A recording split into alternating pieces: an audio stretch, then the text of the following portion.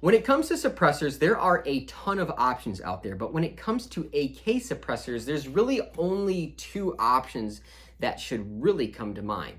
That's the Dead Air Wolverine, the PBS-1, and the Resilient Suppressors Putnik. Both of these are built from the ground up for the Kalashnikov pattern firearm.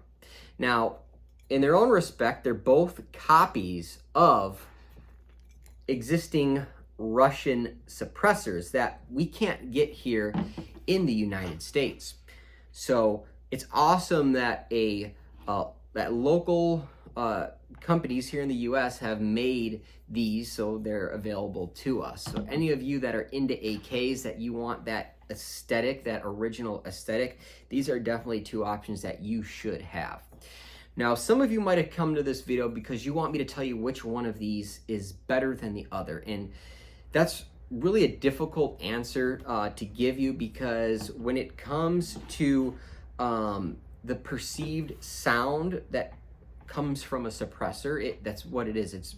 It's your perception, and everybody perceives the sound differently, and everyone's looking for different things. All right, so both of them have similar specs. Now I'm going to talk about the differences between them both. All right, so let's start with caliber. Both of these are 30 caliber suppressors. Neither of them are going to work with 9mm or above.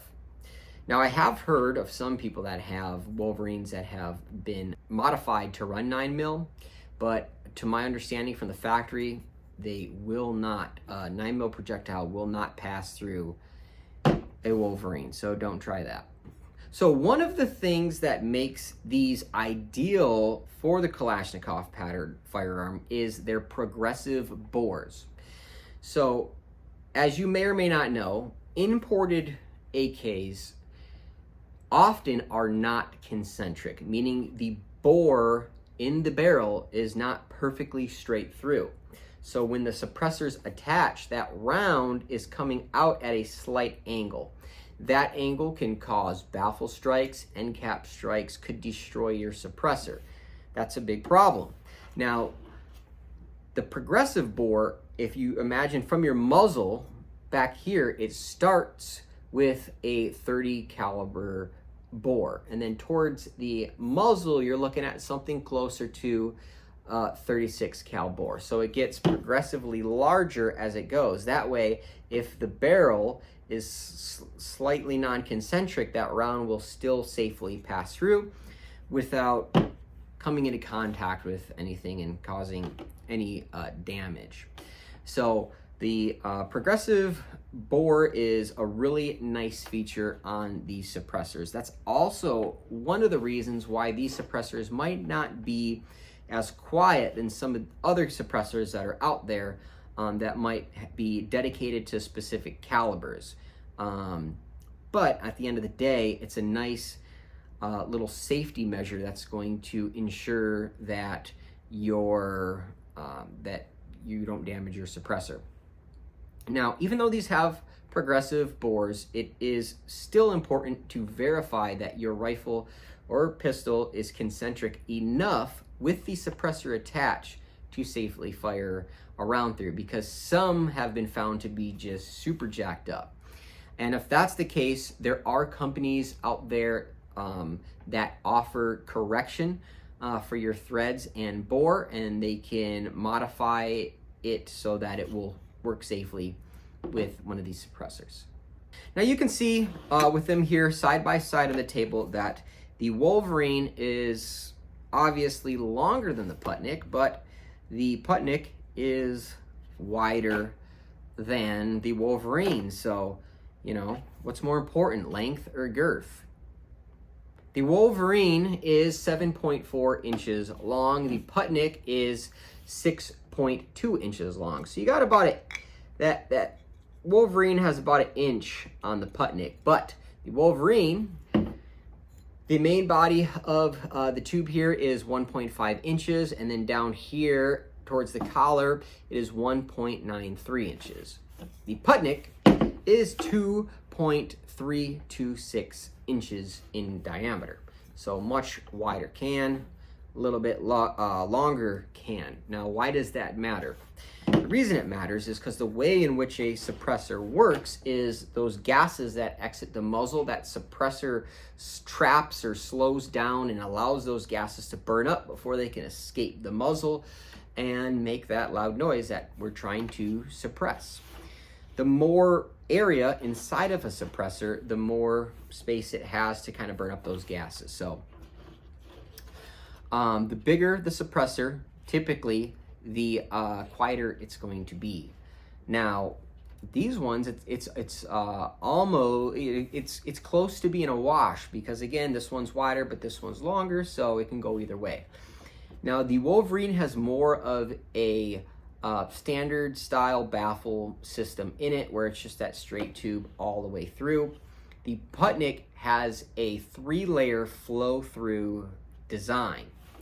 So basically the way that this works is you have your main baffle area in the center that's similar to other suppressors, but what happens is excess gases flow through that area, then they kind of wrap back around and then finally out through the external layer of this suppressor, and that is what these holes are for. These are the flow through holes, so any of those excess gases will escape through here, and it will have almost a sort of compensator effect on it. A lot of shooters have reported back that when they shoot their AK with the Putnik, it feels like there's a muzzle device attached, and it mitigates recoil. So this has a flow-through design. Another cool thing about that is it reduces the amount of back pressure in the system, which may help if you have an overgas rifle already, you're having cycling issues. This will be a little bit more forgiving.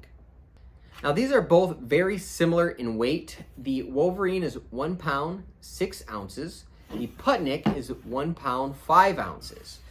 So this looks like it would be the heavier can, but they use titanium and stainless steel on this, where the Wolverine is using cobalt and stainless steel. So a little bit of weight savings there, keeping them at very similar weight. So the weight kind of, pretty close to being equal across the board. Both of them have very similar Cerakote finish, and they have similar MSRP. So this one's going to be $1,000 for the MSRP.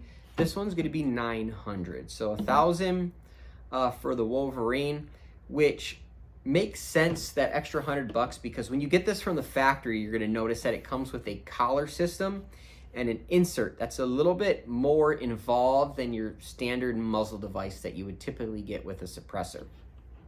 Now, I am running a JMac Customs X56 adapter on the Wolverine. There is nothing inherently wrong with the factory collar system that comes with the Wolverine, but it is a little bit more involved when you want to move it from rifle to rifle. You have to basically disassemble the collar system, install a new insert, put it together, torque it on the rifle, back it off. There's several steps in there. Again, nothing wrong. It's super solid, especially if you're just going to kind of leave it on one rifle. But the X56 with the hub threads makes it more versatile. I can now run this on any hub standard device. All right. The Putnik comes from the factory with those hub standard threads. So in this configuration, I can run both of these on the same devices, swap them around much as I want. So if you're not familiar with hub standard threads, basically Silencer Co came out with this. It's a 1.375 by 24 thread pitch, and it's going to work on almost anything. So for example, I have this DA428 Chemo adapter. This adapter allows you to mount a hub standard device on any Chemo muzzle device, but you can also get hub devices like this for ASR, AAC. Tons of companies make adapters to run their stuff on hub threads. So having the ability to run both of these with hub threads is really awesome, makes them super versatile. The Putnik comes just how you see it here, and it does come with a direct thread adapter that's very similar to this. This particular one is a JMac direct thread adapter, but again, very similar. You screw this onto your suppressor, and then you can direct thread that suppressor onto the firearm. Now, what I prefer to do is run something like this. This is a JMac Customs X37 muzzle device. And when this is mounted to your firearm, it acts as the muzzle device. All right, so depending on the type, which this 360 HD works for recoil mitigation, and it's a little less concussive and flashy than a typical break. And then when I want to run a suppressor, it threads on to these external threads. So if you have these hub devices on your firearm, you can just throw your suppressor right on there. So that's really convenient. And both of these, I can do that with. Now, if you already have suppressors that have chemo or something similar, then you simply throw on your chemo or similar adapter, and then you can run this on any device that has that muzzle device. So the adapters are going to add some length to it, but there's no really getting around that.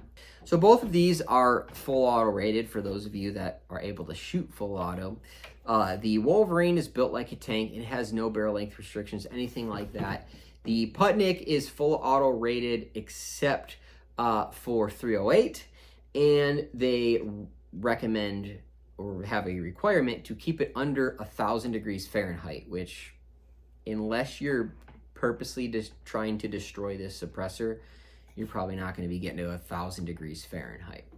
So both of these suppressors have very similar qualities. They're both made for the AK platform. The question is, which one should you get? And the correct answer is both of them. If you're into AKs and you're looking for something that works well on your firearm and it's aesthetically pleasing, then really both of these are the way to go. I'm sure if you've been looking at pictures online of Russian setups, you've seen suppressors that look like this because they are the original concept for both of these suppressors that are now made here in the United States. The Dead Air PBS-1 Wolverine and the Resilient Suppressors Putnik.